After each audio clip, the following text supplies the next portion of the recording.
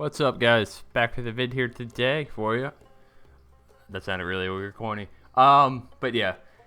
So this is gonna be focused on kind of how I like to play tanks that I know aren't very good, but to still use them in a way that I can get the most out of them. Basically, if that kind of makes sense. As I made, this isn't a review of this tank. I've already done that. I already publicly pretty much stated that this tank is the, no, I'm saying the tank, the HM858, if you don't know what this is, tier 8 French autoloader, 300 shot, 300 damage per round, so 900 damage in the clip, 27-second reload, quick rundown, 165 pen on the APCR, around 210 on the heat rounds, and just overall not very, very good. Just because, and also a 3-second shell time interclip reload, I believe. So not a very good tank. I've been over that in the review, but that's not really what the focus is. More the focus is in tanks that I know aren't that fantastic, or they have a certain weakness or multiple weaknesses like this thing. How I like to play them to their advantages, I guess. So like I said, I know this thing has terrible gun handling, terrible pen, and a limited burst potential. So I know I only had 900 damage to dish out, and that's optimistic if I pen all 3 shots. In a tier 8 game, that would be more viable. This is a, I believe it's tier 9 game, so it's a little more, damn teams on average going to be more heavily armored across the board. So I'm going to have to search for damage a little bit more. I do know where this can still be effective though, and that's going to be against the lightly armored tanks. But what I don't want to find myself in is fighting IS-3s, and I really want to make sure I aim most of my shots, because otherwise they're just not going to hit, or they're going to go right through tanks like ghosts.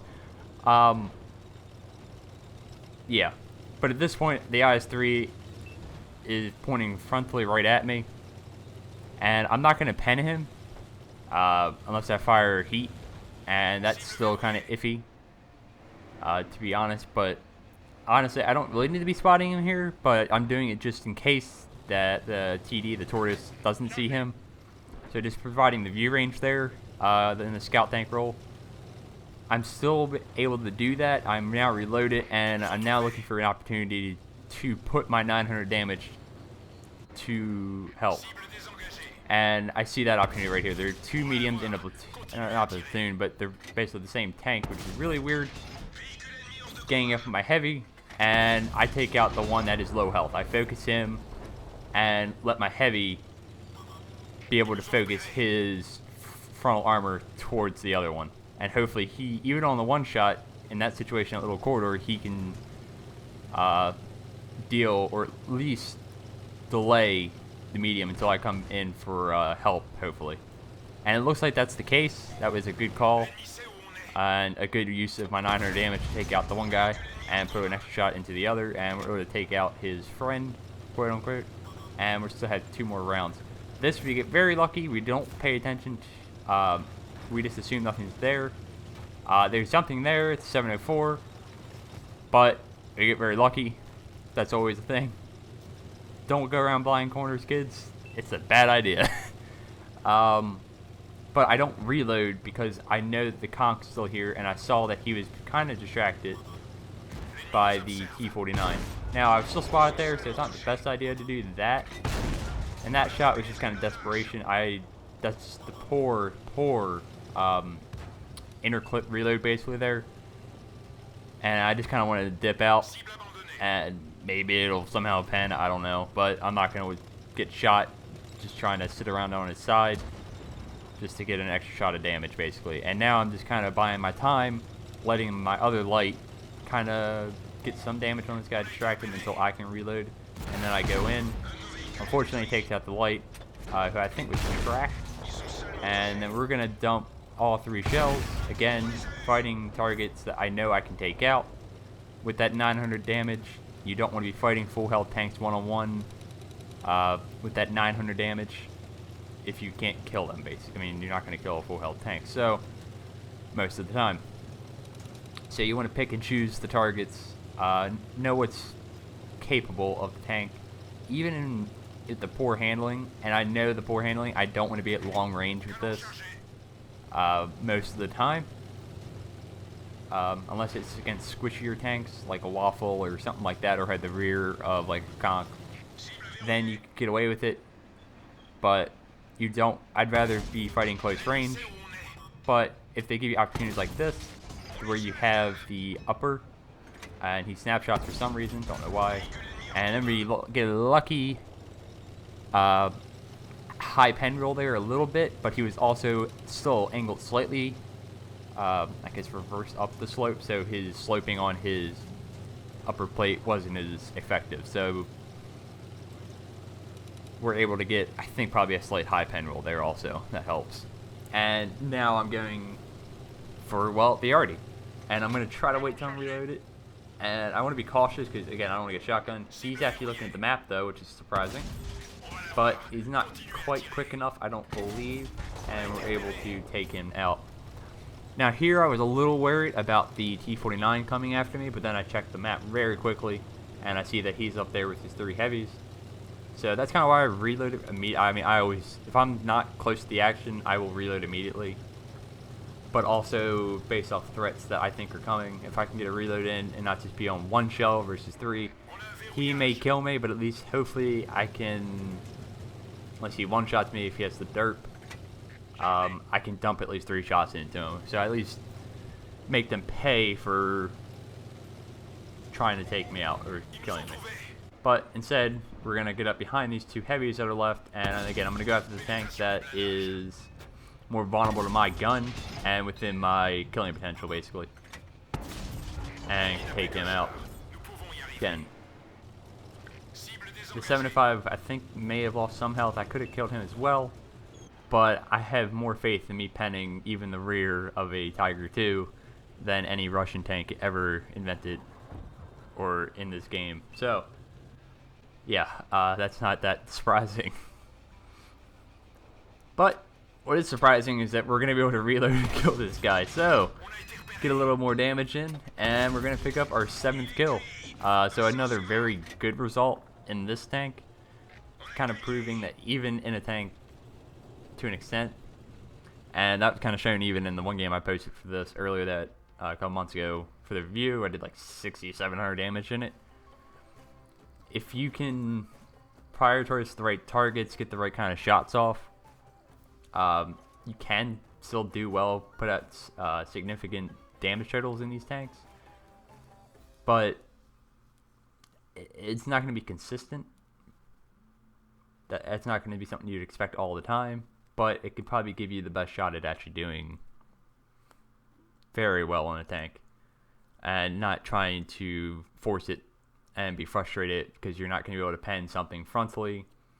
You may have to play it alternatively, and rather than use the main kind of light tank spots, act more as a support role, if that makes kind of sense. Just kind of lurking, shadowing teammates, maybe shadowing another light tank on your team. That's not just YOLOing. That's very important. But you're going to be something like that. Some other tanks that I could kind of fit into this role that are not, or this could apply to most tank classes, but of course I'm going to apply it to lights, just because it's what I know a lot of, and I don't want to go across other other classes, because then other things can apply for tanks that are underperforming, really. Another light that kind of comes to mind, if I can think right off my head, maybe the other French Tier 8, the Batchat 12T. It's not, I don't think it's poor in any of that kind of aspect, but it has a kind of similar playstyle. It's kind of squishy, has 1,000 hit points as well. It's kind of awkward. It has a better gun, Um, again, slightly less alpha, I believe, but a tank that for tier 8, I don't know if I'd say it's the... It may be the worst tier 8 scout, possibly. I don't want to just judge that, but that's not a premium. This is by far the... Or maybe not the worst all the time. A tank that requires support. So again, another French light. There's a trend we're developing here. The ELC even, you have to kind of play it in a supporting type kind of role, and know when you can dump that entire goal. Again, and also just taking advantage of poor decisions by red team tanks. And also, I don't know what's with the ghost shells, but it's spooky. Again, this isn't a tank like the LTTB where I'm going to be super aggressive for like the entire game, and there's other tanks like that where it's more passive. There's more bursts of craziness, and of course, I mean that's generally when you're dumping the clip, which is, yeah, most autoloaders, I suppose. Another light you could acquire compared to this at tier 10 even would be the WZ. Just because of that 12-second reload that it now has, which is just atrocious. Again, you could also apply it to the tier 10 13105 to an extent as well. It's kind of the same tank, sort of, so it's not that surprising, I guess. Tier 9, I really wouldn't. All of them you can play relatively, at least me, like a little more aggressive, because they're all fairly decent tanks at tier 9. I could see how the Chinese one, again, could be a little underperforming. I generally do fairly well on it, but again, I try not to take myself as the example, because, well, that's just not very good. I'm just going to be real. I tend to make tanks look a little better than they actually are. This one's a perfect example, but yeah. Also, something like the Type 62, possibly. Couldn't be another one. A lot of Chinese and French tanks when I'm saying this right now, but it's kind of true. It's a fact, I think, of how they are in the game currently. But yeah, you kind of see here, I'm also more inclined to try passive scouting, just with this certain tank, and I know that the maneuverability of this thing isn't that great, and I'm more, I don't want to say just taking shots of opportunity, because I know my reload's so long, so I kind of want, if I have just a slight chance, I can take it. In a game like this, it's a little slower pace, it's a little more drawn out, so if I have even a slight shot, and I don't want to waste my damage output because of the long reload, the more time that ticks off the clock, the more likely it is that I won't get all the possible reloads off in the game, basically, is what I kind of mean.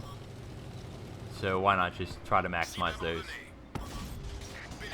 And now we're going to play a little bit of the devil. And third time, we're probably going to pay for it. But we're not. Now we have to kind of focus on the right side. We finally do pay a little bit for it, but not from the tank we really expected. And yeah. And again, it's just being cognizant, or just aware, I don't know, I should butcher that, Jesus. Just aware of what's viable to do. Again, Tortoise, 800 health. Perfect target for me. I'm not going to go after the T10. That's a dumb idea. He could even one-shot me at this point with a high roll, like the roll he got on me to start with. And I don't want to go in on him alone either, because my tank's slow. His is fairly quick for a I'm gonna call it those are medium heavy, and I'd rather wait for some support, or if he's just gonna give me the rear, then I'd be more capable. And then for some reason he doesn't actually shoot at me. Sometimes that's actually like, wow, that actually does happen. And yeah, now we're gonna run away. So I know that kind of turned out a little more focused on this tank than I'd like to, but I think you can take the lessons from it and apply it maybe across the board to other tanks even that are fairly high performing, and you could apply it to using them in like bad matchups. So if you're like tier 10 in a bulldog or something like along those lines, you could use it in that aspect, or you can try to apply it to other tanks as classes if you'd like, but it's mostly focused on lights this time. You could probably apply some of it to mediums, but yeah, again, I try my best to be as aggressive as I can in tanks that aren't as great, and maybe rely a little bit more on the spotting aspect for scouts in that aspect. And yeah, you just have to adjust accordingly, basically, is what I'm saying. So I will see you next time, and see you.